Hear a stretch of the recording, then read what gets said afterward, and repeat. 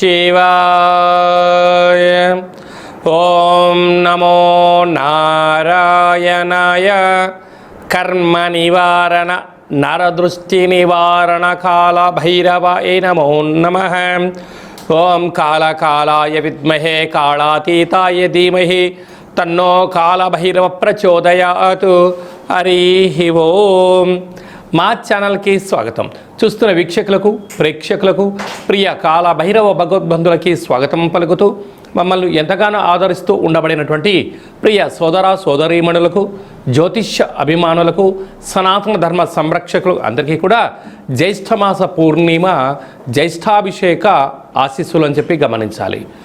16/5/2026 నుండి 31/5/2026 వరకు పుట్టినటువంటి వారందరికీ ముందస్తుగా జన్మదిన శుభాకాంక్షలు. గతంలో వివాహం చేసుకున్న వారికి వివాహ వార్షికోత్సవ శుభాకాంక్షలు. ద్వాదశ రాశుల్లో గ్రహ గమనాల్ని ఒకసారి పరీక్షిద్దాం. మేషరాశిలో 8 సంవత్సరాల తర్వాత కుజ భగవానుడు అధిక జ్యేష్ఠమాస సందర్భంగా స్వక్షేత్రంలో కుజ సంచార స్థితి. వృషభ రాశిలో రవి బుధ సంచార స్థితి. మిథున రాశిలో 12 సంవత్సరాల తర్వాత గురు శుక్ర సంచార స్థితి. సింహరాశిలో కేతు సంచార స్థితి. కుంభరాశిలో రాహు సంచార స్థితి. మీనరాశిలో శని భగవానుడి సంచార స్థితితో ద్వాదశ రాశుల్లో గ్రహ గమనాలు ఈ విధంగా ఉన్నాయి. ధనుసు రాశి వారికి ఒకవైపు అర్ధాష్టమ శని సంచార స్థితి జరుగుతూ ఉండగా పంచమ స్థానంలో 8 సంవత్సరాల తర్వాత కుజ భగవానుడు అధిక జ్యేష్ఠమాస సందర్భంగా పంచమ స్థానంలో సంచారం చేయడము విపరీతమైన అదృష్టం, ఆనందం ధనుసు రాశి వారి సొంతం. ధనుసు రాశిలో ఏ నక్షత్రాలు వస్తాయిగా? మూలా నక్షత్రంలోని 4 పాదాలు, పూర్వాషాఢ నక్షత్రంలో 4 పాదాలు, ఉత్తరాషాఢ నక్షత్రంలో 1 పాదం కలిపితే ధనుసు రాశి. రాశాధిపతి దేవగురు బృహస్పతి. వీరికి తృతీయంలో రాహు సంచార స్థితి, భాగ్యంలో కేతు సంచార స్థితి. రాహుకేతుల మధ్య సకల గ్రహాలు కూడా ప్రస్తుత కాలమాన ప్రకారంగా సంచరిస్తున్నాయి. కనుక ఇలాంటి కాల సమయంలో తల్లిదండ్రులతో కానీ, అన్నదమ్ముళ్ళతో కానీ, అక్కా చెల్లెలతో కానీ, ప్రేమికులు కానీ, భార్యాభర్తల మధ్య కానీ దయచేసి విభేదాలకు అవకాశం ఇవ్వద్దు. అనుమానం అసలే పనికిరాదు. తేడా వచ్చిందనుకోండి, అనుమానం పెనుభూతమైపోయి మిమ్మల్ని కాల్ చేసే పరిస్థితి, అంటే మానసికంగా కుంగిపోవడము, పోలీస్ స్టేషన్లు కోర్టు సమస్యలు ఎక్కాలనేటువంటి తీవ్రమైన కోపం వచ్చే పరిస్థితి ఉంటుంది. కనుక ఇలాంటి కాల సమయంలోనే సత్ప్రవర్తన, నమ్మకమే జీవితంగా ఉండగలగాలి. అర్ధాష్టమ శని సంచార స్థితి. దూరావాయు జల ప్రయాణాలు చేసేటప్పుడు ఎన్నో ఆటంకాలు ఉన్నాయి. వాటిని జాగ్రత్తగా అధిగమించే ప్రయత్నం చేయండి.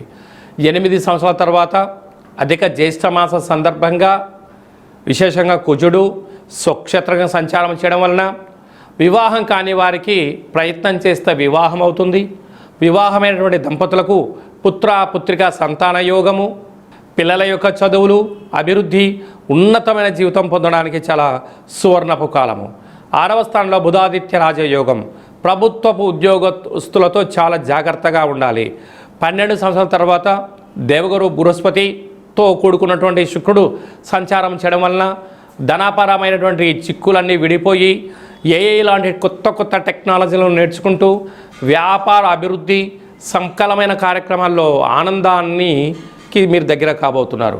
కనుక ఇలాంటి కాల సమయంలో జ్యేష్ఠమాస పూర్ణిమ సందర్భంగా రాత్రిపూట వెడల్పాటి పాత్రలో పచ్చి పాలను పోసి అందులో పసుపును వేసి చామంతులు అంటే పసుపు రంగు కలిగిన పుష్పాలను ఉంచి ఆ చంద్రుడిని నమస్కారం చేసుకొని వృక్షానికి పోసినట్లయితే సకల దోషాలు తొలగిపోయి అదృష్టం విపరీతంగా కలిగి అపార కుబేర తత్వానికి ధనుసు రాశి వారే అదృష్టవంతులు అవుతారని చెప్పి గమనించాలి. మే నెలలో ద్వితీయార్థంలో ముఖ్యమైన పండుగల గురించి క్లుప్తంగా సవివరంగా సంపూర్ణంగా తెలుసుకుందాం.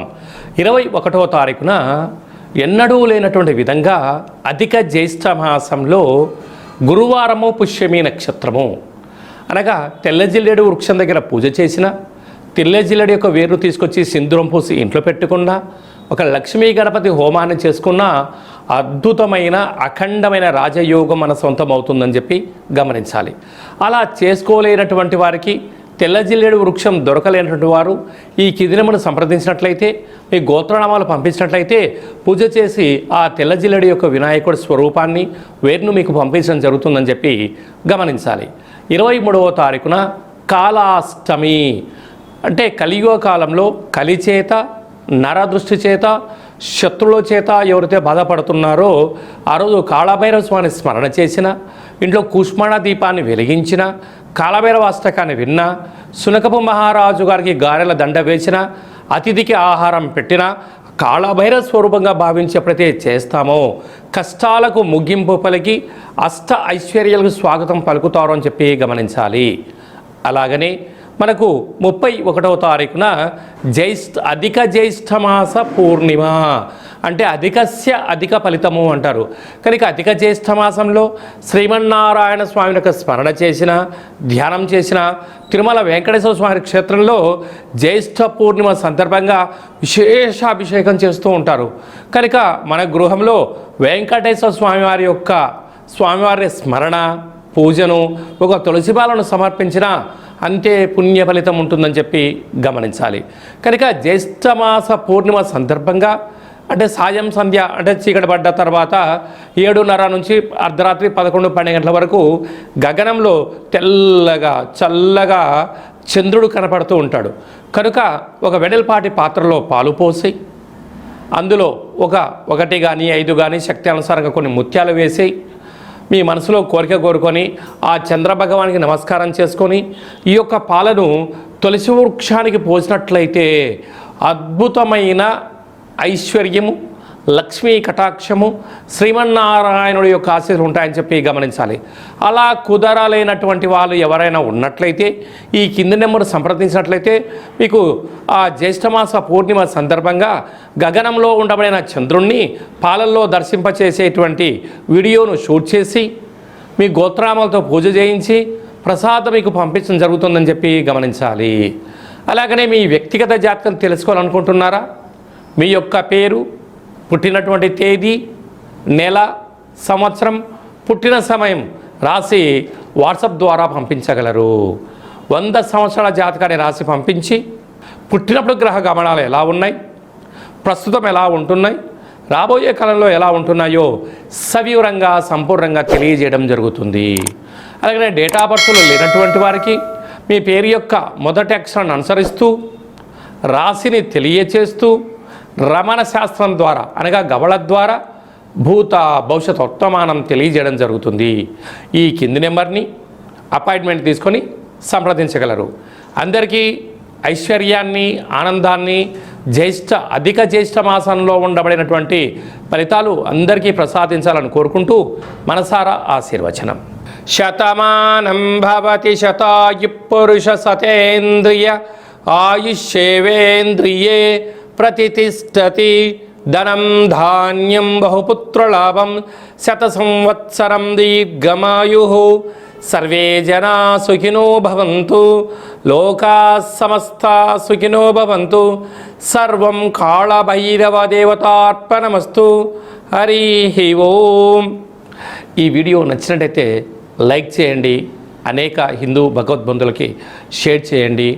ఆధ్యాత్మిక భక్తి సమాచారాన్ని అందరికన్నా ముందుగా మీరు వినాలి అనుకుంటున్నట్లయితే మా ఛానల్ని సబ్స్క్రైబ్ చేసుకొని గంట సింబల్ ప్రెస్ చేసి ఆల్ అనే బటన్ని నొక్కి ఈ యొక్క ఆధ్యాత్మిక సమాచారాన్ని అందరికీ తెలియజేయ. సర్వే జనా సుఖినో భవంతు.